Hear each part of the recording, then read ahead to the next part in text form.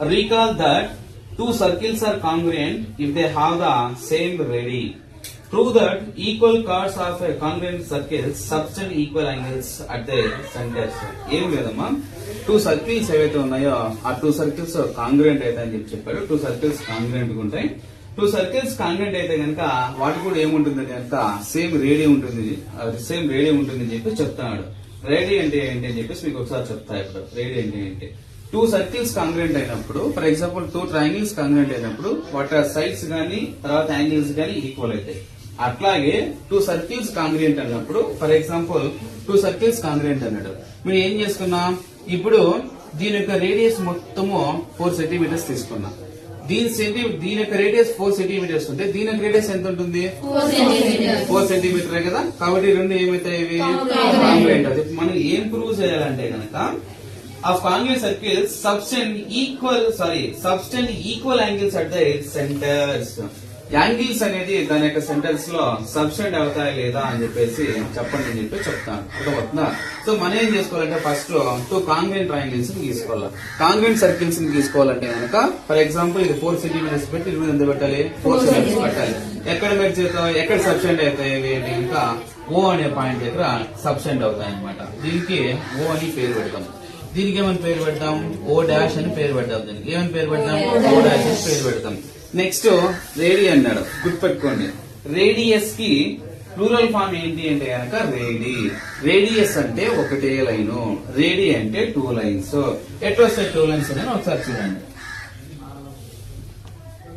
ఇప్పుడు ఇది మాత్రమే ఒక లైన్ మాత్రమే వచ్చింది అనుకోండి, ఇదేమవుతుంది, రేడియస్ అవుతుంది. ఓకేనా, ఏమవుతుంది, రేడియస్. ఇట్లా 2 లైన్స్ వచ్చాయి అనుకోండి, దాన్ని ఏమంటామంటే రేడి అంటాం. ఏమంటాం, రేడి అంటాం. రెండు ఏకమేట్ అవుతానంటే కనుక ఓ దగ్గర. అర్థమవుతుందా? ఇప్పుడు ఒక లైనే వచ్చింది మా ఇక్కడ, దీన్ని ఏమంటాం, ఏమంటాం దీన్ని, దీన్ని ఏమంటాం, దీన్ని ఏమంటాం, రేడి. ఎందుకు, 2 లైన్స్ వచ్చాయి కాబట్టి. అర్థమవుతుందా? ఇదెంత ఉంటుంది, ఇది కూడా అంతే ఉంటుంది, కాంగ్రుయెంట్ కాబట్టి. ఓకేనా. ఈ రేడియల్ ఎక్కడైతే ఈ యొక్క రేడియస్ టచ్ అవుతాయో వాటిని ఏమంటామంటే కార్డ్స్ అని అంటాం. ఏమంటాం, కార్డ్స్ అని అంటాం.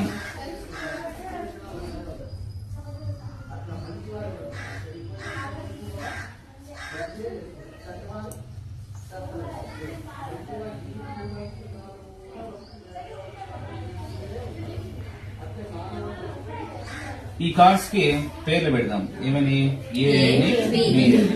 దీనికి సిడి పెడదామా, దీనికి సిడి అని పెడతాం. అర్థమవుతుందా?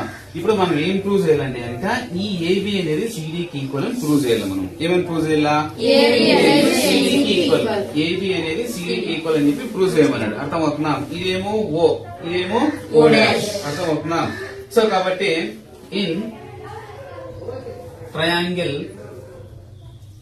AOB, in triangle AOB, triangle AOB లో OA is equals to O dash C కి ఈక్వల్ అవుతుందా, అవుతుంది కదమ్మా. OA is equals to O dash C. OB is equals to O dash C. OB is equals to O dash C. Next AB is equals to CD. ఇది వాడే ఇచ్చాడు మనకి. AB equals to CD problem లో వాడే ఇచ్చాడు. OE equals to O dash C. ఇది ఏమైతుందంటే కనుక దీన్ని రేడి అంటాం కదమ్మా, రేడి అని రాసుకోవాలి. దీన్ని అర్థమవుతుందా? దీన్ని కూడా ఏం రాసుకుంటాము అంటే కనుక రేడి అనమాట. దీన్ని కూడా ఏం రాసుకుంటాం, రేడి. ఈ ఏబి ఈక్వల్స్ టు సిడి ఏమి ఇచ్చారంటే వాడే ఇచ్చారు ప్రాబ్లం లో. కాబట్టి దీన్ని గివెన్ అని రాసుకోవాలి. ఏం రాసుకోవాలా, గివెన్ అని రాసుకోవాలి. అర్థమవుతుందా? సరే, ఇప్పుడు మనం రేడియస్ రాసుకున్నాం. OA is equals to O dash అనేది ఏమైతుంది, ఇది సైడ్ అవుతుందా, సైడ్ కదమ్మా, side. Next OB is equals to O dash D ఏమైతుంది, ఇది సైడ్ అవుతుంది. అర్థమవుతుందా? AB is equals to CD, ఇది కూడా ఏమైతుంది, సైడ్ అవుతుంది. అంటే అప్పుడు triangle AOB congruent to triangle OCD congruent అవుతుంది కదమ్మా. అప్పుడు అంటే ఏ రూల్ ప్రకారం కాంగ్రుయెంట్ అవుతుంది, బై